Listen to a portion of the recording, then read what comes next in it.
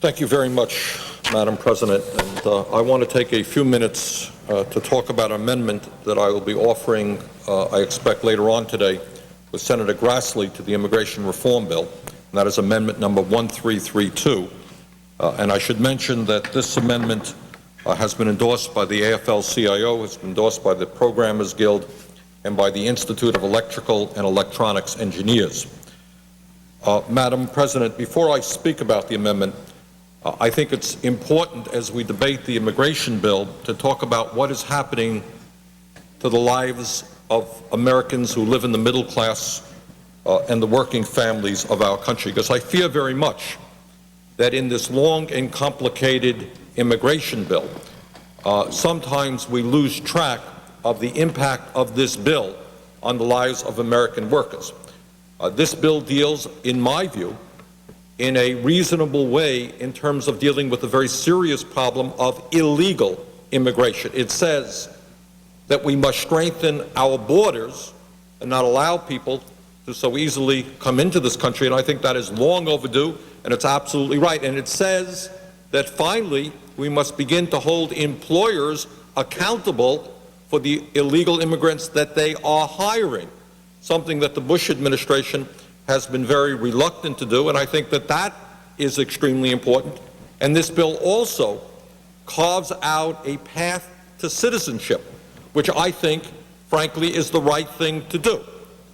But what this bill also does not analyze effectively the impact of various aspects of this legislation, the guest worker program, H-1B program, on the lives of American workers. And the basic premise under which this bill operates is in those areas is, I think, a false one. And what it says is that there are jobs out there, large numbers of jobs, that American workers just won't take. Well, I think that is true to some degree, but I think this bill grossly exaggerates that problem. Because the truth of the matter is, if employers paid living wages for jobs in this country, you would be very surprised about the number of people in this country who would be delighted to hold those jobs. But if people are going to pay starvation wages and not provide health care or other benefits, yes, it is true that American workers may not gravitate to those jobs. The truth of the matter is that over the last many years, Madam President, there has been a war going on in this country, and that is not the war in Iraq, it's not the war in Afghanistan, it is the war being waged against the American middle class, the American standard of living, and indeed the American dream itself. And this is an issue, unfortunately, we do not discuss enough on the floor of the Senate. It is not discussed enough in the corporate media. The American public understands that since President George Bush has been in office, over 5.4 million more Americans have slipped out of the middle class and into poverty. The American people understand that nearly 7 million more Americans have lost their health insurance, and we're now almost at the level of 47 million Americans without health insurance. The American people understand that for the average American family, their income has fallen by over $1,200, and 3 million more Americans have lost their pensions. Now, what does all of this have to do with the immigration bill? It has everything to do with the immigration bill, because we have to take a hard look at what various aspects of this bill do in terms of bringing workers into this country and what it means to people who are struggling on $8 or $9 an hour, or in fact what it means to young people who someday aspire to hold a professional position. And that is an issue we have not focused enough attention on. Now, some people say, well, yes, it is true, poverty is increasing. Yeah, it's true, there are millions of people working at the minimum wage or near minimum wage, but if you have a college degree, you don't have to worry. There are plenty of these good professional jobs out there that pay people good wages. Well, the truth of the matter is that even college graduates in today's economy are not getting ahead. From the years 2000 through 2004, we have seen the wages of college graduates go down, decline by 5%. And according to a new study by researchers at MIT, earnings of the average American worker with an undergraduate degree have not kept up with gains in productivity over the last 25 years. In other words, Madam President, despite an explosion in technology and worker productivity over the past 30 years, millions of American workers, including college graduates, are working longer hours for lower wages. In America today, the personal savings rate is below zero. People are spending more than is coming in, and that has not happened since the Great Depression. Home foreclosures are at their highest level in nearly 4 decades. Mr. President, Madam President, what I fear the most is that if we keep going in the direction in which we are moving right now economically, what we are going to see is that our children are going to have a lower standard of living than we do. In fact, according to a recent joint study by the Pew Charitable Trust and Brookings Institute, men in their 30s earned on average 12% less in 2004 than their fathers did in 1974 after adjusting for inflation. Incredible. Men today are earning less than their fathers did despite a huge explosion in technology and worker productivity. In addition, Madam President, it is important to note that over the last 6 years, this country has lost more than 3 million good-paying manufacturing jobs. Now, why do I raise that within the context of an immigration bill? I raise that because the argument of all of the large corporations who are supporting this legislation is, my goodness, we have a crisis in America. It's not that wages are going down. It's not that more and more Americans are losing their health care and their pensions. The crisis is supposedly there are all these jobs out there, jobs in teaching, psychology, nursing, hotels, restaurants. We can't find American workers to do those jobs. Let me tell the business community, raise wages, provide decent benefits, you're going to have all kinds of people flocking to those jobs. Madam President, during the debate over NAFTA and permanent normal trade relations with China, which I participated in as a member of the House of Representatives, we were told by all of the corporate interests who pushed that legislation on the Congress, we were told not to worry about the blue-collar jobs that we would lose. And I remember it distinctly. They said, well, yes, it is true. If we open up our markets, yeah, it's true, we're going to lose a lot of these factory jobs. They're going to go to China, Mexico, whatever.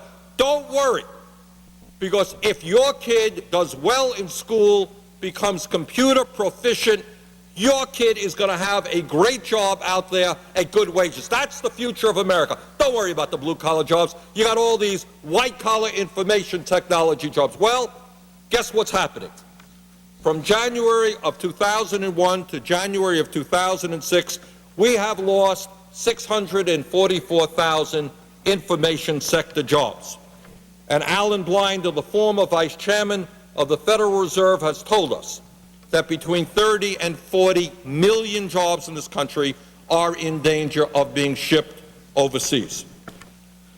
Madam President, the middle class of this country is being squeezed 24 hours a day, 7 days a week. When Americans get up in the morning and they take their kids to daycare, they find that the cost of child care is unaffordable. That's certainly true in Vermont. It is true all over this country. Working families can't afford quality child care. When they drive to work and they stop at the gas station to fill up their gas tanks, what they're paying in Vermont now is $3.10 a gallon for gas, and in other parts of the country it is even higher. And ExxonMobil earns record-breaking profits and just manages to find $400 million for a retirement program settlement for their former CEO. When workers go into their jobs, they're being squeezed as often as not by their employer, who is cutting back on their health care and pension benefits. And then if workers stand up for their jobs, they want to form a union, they are told that those jobs could go to China. So take your cutbacks. When workers come home, they open up their mailbox only to find that the interest on their mortgage payments and their credit cards in some cases are doubling or tripling. There are working people in this country who are paying, if you can believe it, 27, 28, 29% in interest rates, while big banks are making record-breaking profits. Madam President, when Americans go into the hospital, they are told by their insurance companies that their premiums and co-pays will be going up, or even worse, that they aren't covered for the medical procedures they need. When they want to send their kids to college, they look at the cost of tuition, and they're finding colleges costing $30,000, $35,000, $40,000, $45,000 a year, and people are making $30,000 a year. We're seeing kids in this country now, low-income kids, not going to college, and others coming out deeply in debt. And now, Madam President, in the midst of all of that, we have this immigration bill. A bill that would allow employers to hire hundreds of thousands, if not millions of workers from other countries in both low-skilled jobs and high-skilled jobs. Madam President, it is important to note, and this point has not been made often enough, but it is important to note that many of the same corporate groups who supported NAFTA, who supported PNTR with China and other disastrous trade agreements, that these same businesses who fought against an increase in the minimum wage, they said, hey, $5.15 an hour, we don't have to go higher than that. These same companies that have outsourced hundreds of thousands of jobs to China, to Mexico, to Vietnam, to India, to other low-wage countries, these same companies are supporting this legislation. Let's understand that, and let us ask why that is the case. Why are companies who oppose the minimum wage, who oppose the rights of workers to form unions, who oppose anything that makes sense for the American middle class, why are they supporting this legislation? Some of these groups are the National Restaurant Association, the Business Roundtable, the American Hotel and Lodging Association. And these are all groups that oppose raising the minimum wage above $5.15 an hour. And they're sitting here saying, well, we think this immigration bill is a good bill for us. High-tech companies who have sent hundreds of thousands of jobs overseas, they think this legislation is good. Why? Why do they think it's good legislation? Well, if you listen to them, they will tell you two things. First, in terms of low-skilled jobs, they say they need foreign workers to do the jobs that Americans just won't do. And in terms of high-skilled jobs, they say that they just can't find enough Americans who are smart enough, who are skilled enough, who are well-educated enough to be engineers, to be scientists, to be mathematicians, etc., etc. In other words, Madam President, corporate America tells us that they need a new guest worker program because they can't find any Americans for construction jobs, for manufacturing jobs, hotel jobs, restaurant jobs. Then they tell us they need more foreign agricultural workers because no American is willing to break their back working in the fields picking strawberries or lettuce for poverty-level wages and no health care. And then, Madam President, this is what really gets me. They tell us that they need more H-1B visas because Americans are just not smart enough to be computer professionals, engineers, university professors. Just can't find anybody to be a university professor. Accountants, I guess Americans don't add very well. We can't do that work. Financial analysis. Nurses, I guess we just don't have the capability of producing nurses. Psychologists, Americans, I guess, can't do that. Lawyers. My God, if there's anything the United States is capable of producing are lawyers, but I guess we need more lawyers to come into this country as well, and elementary school teachers. Madam President, I guess the young people who graduate college in America are not quite qualified to be school teachers.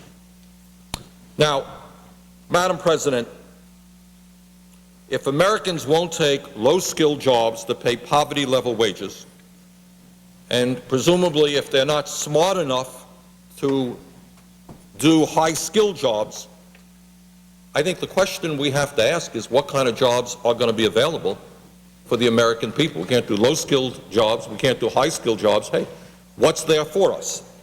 And I happen to think that the Congress should be spending a lot more time discussing this issue and making it easier for us to create decent-paying jobs for American workers instead of allowing corporate interests to drive wages down by importing more and more people into this country to do the work that Americans should be doing, and conversely exporting and outsourcing a lot of decent jobs. Madam President, as someone who as a young man worked in a hotel and worked in a restaurant, I can tell you that the guest worker provisions for the most part have nothing to do with the shortage of workers, but have everything to do with a concerted effort by corporate America to drive down wages for our people. Now, one of the large corporations that is involved in an association in support of this legislation is Walmart. And I made this point yesterday, but I think it is worth repeating. Walmart says, being a part of this association, that apparently there is a shortage of Americans willing to work at Walmarts. Well, let's take a look at that. 2 years ago, Madam President, when Walmart announced the opening of a new store in Oakland, California, 11,000 people filled out applications for 400 jobs. And I think most Americans know that Walmart is not a great employer. Wages are low. In many instances, they don't provide 40 hours a week. Health care benefits are not particularly good. Oakland, California, for 400 jobs, 11,000 people filled out applications. And more recently, in January of 2006, when Walmart announced the opening of a store in Evergreen Park outside of Chicago, over 24,000 people applied for 325 jobs at that store. What does that tell us? It tells us that even in low-paying jobs like Walmart, when given the opportunity, Americans want those jobs. They want to make a living for their families. So the idea that Walmart and other similar type companies would say, gee, we can't find workers to do that work is just plain wrong. What they want to do is have a surplus of workers coming into this country so that wages do not go up. So instead of having to raise wages and benefits in order to attract workers and retain workers, what you do is simply open the door and you bring in more and more cheap labor, and that enables them to keep wages low. And then we have the situation with high-skilled jobs, with our professional jobs. And again, we have associations and organizations made up of different corporate groups who are strongly supporting this immigration bill. And they include, among others, companies like Motorola, Dell, Hewlett-Packard, IBM, Microsoft, Intel, and Boeing, just to name a few. And these are corporations whose main argument is, we just can't find Americans to do this work, and we just need to go all over the world to bring people in. Well, I find it interesting that many of these same companies who tell us that they just can't find workers in the United States are exactly the same companies who have recently announced major layoffs of thousands of American workers. We can't find workers. Oh, by the way, you're fired. We need more workers from abroad. 500 workers are gone. We're laying you off. Doesn't make a whole lot of sense to me. Let me just give you a few examples. A few days ago, the Los Angeles Times reported that Dell would be eliminating 10% of its workforce, slashing 8,800 jobs. But Dell has last year applied for over 400 H-1B visas to bring people into this country at the same time as they laid off 8,800 workers. Maybe they might want to retrain some of those 8,800 workers for these new positions, if possible, rather than simply bringing in new employees from abroad. Dell is not alone. The Financial Times on May 31st reported that Motorola would be cutting 4,000 jobs on top of an earlier 3,500 job reduction designed to generate savings of $400 million. Yet last year, Motorola received 760 H-1B visas. And the list goes on and on. It's IBM, it's Citigroup, companies bringing in foreign professional workers at the same time they're laying off American workers. So we have a situation, Madam President, where on one hand, these companies say they cannot find highly skilled American workers, while on the other hand, they are eliminating thousands of American jobs. And what really upsets me is how our young people feel about this situation. These are kids who go to school. Sometimes they borrow a lot of money to go to college. They work really hard. And what they're looking forward to, whether through a BA or a BS or an MA or a PhD, they're looking forward to a good, secure, challenging, meaningful job with a decent income. And what they are seeing is companies saying, we really don't want you. We want somebody from abroad who will work at lower wages than you do. And I think that must be very, very discouraging for so many of our young people. Madam President, the amendment that I am offering today, along with Senator Grassley, is a pretty simple amendment. And what it would do is it would prohibit companies that have announced mass layoffs from receiving new visas of any kind unless these companies could prove that overall employment at their companies would not be reduced by these layoffs. In other words, we're calling their bluff. And we're saying is you can't lay off large numbers of American workers and then tell us you desperately need workers, professionals from abroad. Madam President, those companies that are truly experiencing labor shortages would not be impacted by this amendment and could continue to receive an increase in foreign workers. But companies that are reducing their U.S. workforce by laying off thousands of Americans would be prevented from importing workers from abroad. Madam President, the bottom line is that companies that are laying off thousands of Americans shouldn't be allowed to import workers from overseas. Let us stand up for the American people. Let us stand up for American workers. Let us support this amendment. Thank you, Madam President.